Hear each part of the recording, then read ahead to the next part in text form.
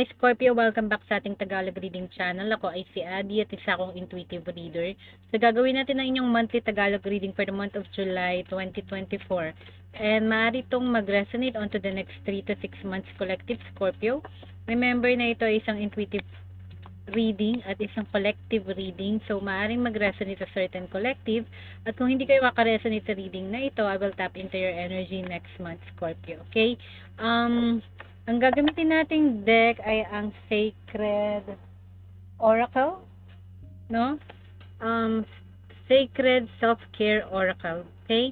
It's more like parang mga what do you need to do for the next 3 to 6 months from July on to the next 3 to 6 months, okay? So, isa-shuffle ko lang muna guys yung mga cards in front of the camera and I'll see you guys in 3 seconds, okay?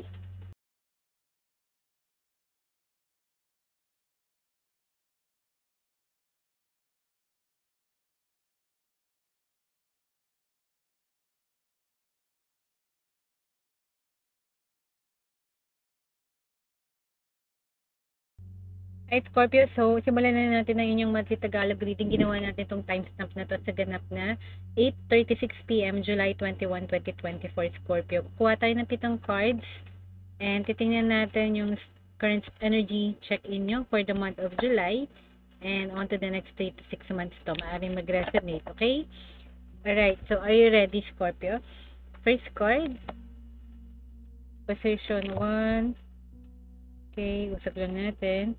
Position 2, position 3, position 4, patayin muna natin to, no? Masyadong maliwanag. Position 5, position 6, and at the center. Okay, Scorpio, are you ready? Okay, so sa first card nyo, yung what do you need to release, spend time with animals.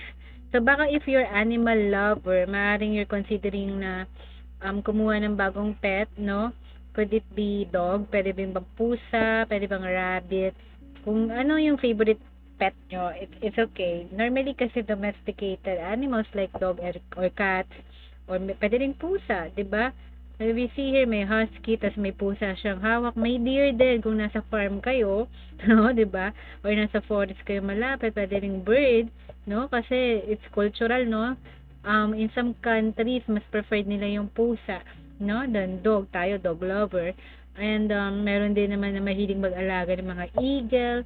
There could be animal sanctuary, no? Maaaring mag-work kayo sa isang rescue operation ng mga animals. Pwede rin na sanctuary kayo, particularly, let's say, Philippine eagle, no? Mga tarsier.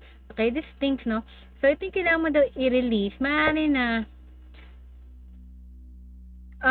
may healing energy or parang stress reliever na maibibigay sa'yo if you spend some time with the animals. Ito yung maaari na hindi mo nagagawa for such a long time, no? Kasi ang release position maaaring completely i-let go or something na hindi mo nagagawa in a long while na nag-hold back ka or matagal mo nang nakalimutan gawin. Or it could be an idea na ina-entertain mong gawin pero wala ka pang time. So it's about time to take an initiative na baka you connect with animals. You could also be working, no, sa grooming or pet salon, no? You could also be basta something to do sa pakikisalamuha sa mga animals. Pwede rin kayo nagtatrabaho sa zoo or sa animal park, you know, these things, okay? And maybe mag-enjoy kayo doon sa activity na yan, okay? Now, sa kailangan mong pagpatuloy, rest, okay? So, it's a good thing, no? Since nasa position to siya, what do you need to continue doing, Scorpio, is magpahinga daw. Kung pagod tayo, wag nating abusin yung katawan natin. Ang sasabihin ko sa inyo, sleep ang pinaka-importanteng pahinga na dapat mong ibigay sa sarili mo. Okay, try to go to bed ng 10 p.m., no? So, makagising ka ng mga 6, 7, or 8, no? If you want more sleep. Pwede rin kasi, ang sleep kasi, if you sleep very late naman, no, mapapabilis ang aging daw, okay? Kasi, yun ang sinasabi pag may sleep analysis ako binabasa, no. Every night, suot ko tong smartwatch na to. Pwede rin to keep track ng sleep nyo. Pumili kayo ng smartwatch kasi sasabihin niya dun sa app na install mo sa phone, ililink mo sila, diba? Kung ano yung quality ng sleep mo, malalaman mo dun. So, for me kasi, I put a lot of time din sa pahinga, especially sa tulog, no? Um, it's very important also na pag natutulog tayo, dapat yung vibration nyo masaya, maganda, think of happy thoughts, feel happy things, no? Kasi in the process, while we are sleeping, yung second part ng brain, yung subconscious mind, ang gumagawa ng reality mo. So, every day is a new beginning. So, take this opportunity to create a new reality moving forward. Okay? And ang rest is, of course, pertains sa physical health mo rin. Pwede rin to sa creation. So, anything that you want. You use this opportunity. Huwag mo i-deprive yung sarili mo sa tulog. Okay? Importante yon kasi like I said, if familiar ka sa law of attraction, during sleep tayo, nagke-create ng mga bago nating mga reality and manifestations which lead us to position 3 manifestations. Clear your energy field. When was the last time, tingnan mo, nagsisage siya, no? When was the last time nag-incense tayo? When was the last time na nag-detox tayo or nagtanggal tayo ng mga negative energy sa aura natin, sa bahay natin, sa secret space natin, sa kwarto natin? Okay? Sa mga manifestation mo, I feel like may mga blockages when it comes sa mga bad energies. So, it's about time na take the opportunity na mag-cleanse ka, no? Yun ang mga ritual na, like, say, sa 4 corners ng home, maglagay tayo ng asin, once a month, once a week, depende how frequent you want na i-cleanse yung buong bahay mo. Okay? Pwede rin i-sage mo sila. Kasi before ka mag-incense ng Palo Santo, ang Palo Santo kasi, it invites positive energy. So, bago tayo mag-invite ng positive energy, tatanggalin mo muna yung mga negative energy. So, sa manifestation mo, you could add sa routine mo na mag-incense ka ng sage or ng frankincense. Ang sage kasi pang clear out talaga. Kasi yan ang sage, no? Hawak niya. So, clear your energy field, your aura, yung sacred space mo, yung bahay mo, yung workspace mo, kung saan ka lagi. Sacred space and bedroom. Okay? Yun sabi ko. Make it parang mas dominant yung positive energy, no? You could also use sound cleansing, no? Like mga bells. Yan. Yan. Sound cleansing yan. Okay? You could also use that kung wala kayong incense. Alright? Yeah. And also cleanse your crystals, no? Sound cleansing or incense. Incense, yan. Okay? And then charge your crystals as well. Through sun, through water. Kasi may mga crystals na hindi pwede sa water. Pwede mo rin incense sila. Pwede mo rin sound cleansing. Pag charge mo naman, of course, gagamit ka ng selenite or isang to. Ito yung gamit ko, selenite. Pang charge to ng crystals. No? Mga crystal bracelet ng crystals mo. Okay? Now, Scorpio, at position 4, nakita mo to, moon phases, may kamay siya, tapos ini-embrace niya yung mga zodiac signs, no? May buwan sa gitna. Ang sabi, look to the stars. Yung external energies mo, it could be na-influence yung mood mo ngayon, and energy and vibration and frequency mo ngayon ng mga phases ng star alignment, no? So, you have to be aware. Let's say, Mercury retrograde. So, pag Mercury retrograde, expect mong may delay sa communication. If you are expecting na may darating na opportunity sa'yo, expect na may delay dyan. Just one example. So, yung mga external energies mo. So, be aware sa planetary alignment, positioning ng stars and moon, no? Kasi sinabi to, look to the stars. So, it will have some parang influence sa mangyayari sa'yo into the next 3 to 6 months. Okay? Do the work kung ano yung kailangan mong pag-aralan related sa stars as an external influence mo. Okay? Kasi may positioning ng mga planetary alignment, may may meaning kung nasa ang planet ngayon, anong position, so it could affect yung some areas ng buhay natin. Okay? So, if you believe sa astrology, then, yun yung sinasabi basically dito, no? Ang external energy mo has something to do with yung current situation sa astrology ngayon. Okay, on to the next 3 to 6 months to. You can review kung nagmamatch ba yung situation mo at the moment sa planetary alignment and moon phases. Okay? Now, at position 4, magbasa daw tayo, no? I think kailangan magbe-benefit ka, Scorpio. Okay? Read. So, when was the last time nagbasa ka?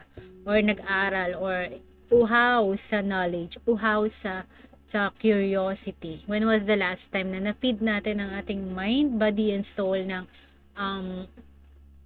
more information, no? Let's say, law of attraction. Ako, kakatapos ko lang ng librong binasa ko as of yesterday, yung manifesting techniques, no? When it comes to attracting great relationships. So, yun. This one way. So, nag-benefit ako. Ang dami kong natutunan doon. Kumbaga, na-reinforce yung mga alam ko na and mas strongly na-reinforce siya. At pag na-reinforce kasi yan many times, no?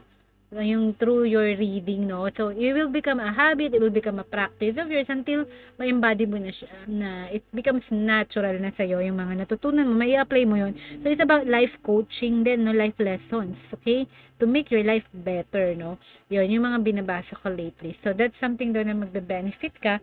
That's just one example. Kung interested ka naman sa ibang topic, that's good. Like, parang nag-aaral ka to pursue a career, no? Good, nagpapakadalubhasa tayo. So, that's another one example, Scorpio. Now, at position 6, meron ka ditong journaling. Okay, guys, sa mga new beginnings to, pwede mong i-list down, kasi journaling is one way of manifestation, no? If you're familiar with so many techniques na in-introduce, is one example, yung kay Nikola Tesla, na 369 method. So, sulat mo yung desire mo ng 3 times in the morning, 6 na beses sa hapon, 9 times sa gabi. Okay, basta you can study about that more later on, no? Pagkatapos ng reading na to. So, sa mga new beginnings mo daw, makakatulong kung i-journal mo sila, Scorpio. Kasi ma-reinforce yung intention at mag-i-intensify yung intention mo until ma-impregnate niya yung subconscious mind mo at until na maramdaman mo na parang totoo na at until na nag-impregnate na rin siya sa conscious mind mo na it becomes your new reality na ito yung gusto talagang mangyari, and who knows, it can just manifest instantly or it can manifest quickly, no?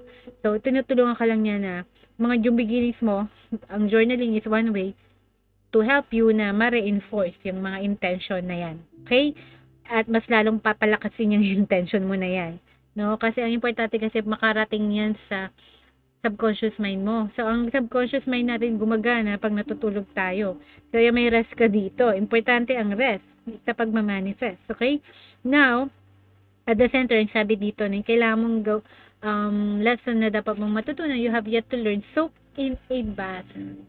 No, hindi to physical lang na ligo, no? Kasi ang bath, let's say, you can do bath ritual, no? Kasi nakita mo, may mga candles siya dito, tapos may mga crystal, may essential oils, may diffuser, no?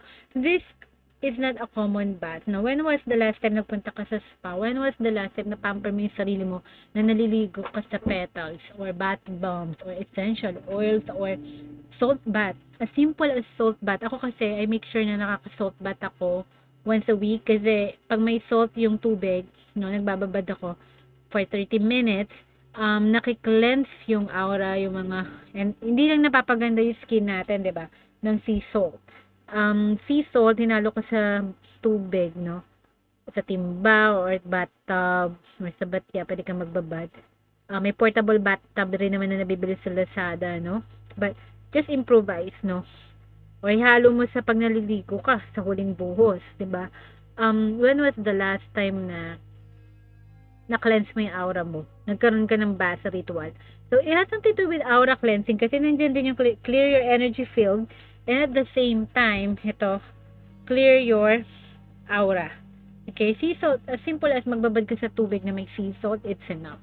Okay? So, Scorpio, if you can follow these things, no, regarding sa wellness mo, that's good. So, sana nag-resonate kayo sa inyong monthly Tagalog reading. Natapos ang reading na to at 8:49 PM, July 21, 2024. Take care to Scorpio. Kung di man kayo nag-resonate dito, I will tap into your energy next time. God bless. Mahal ko kayo, Scorpio. And bye!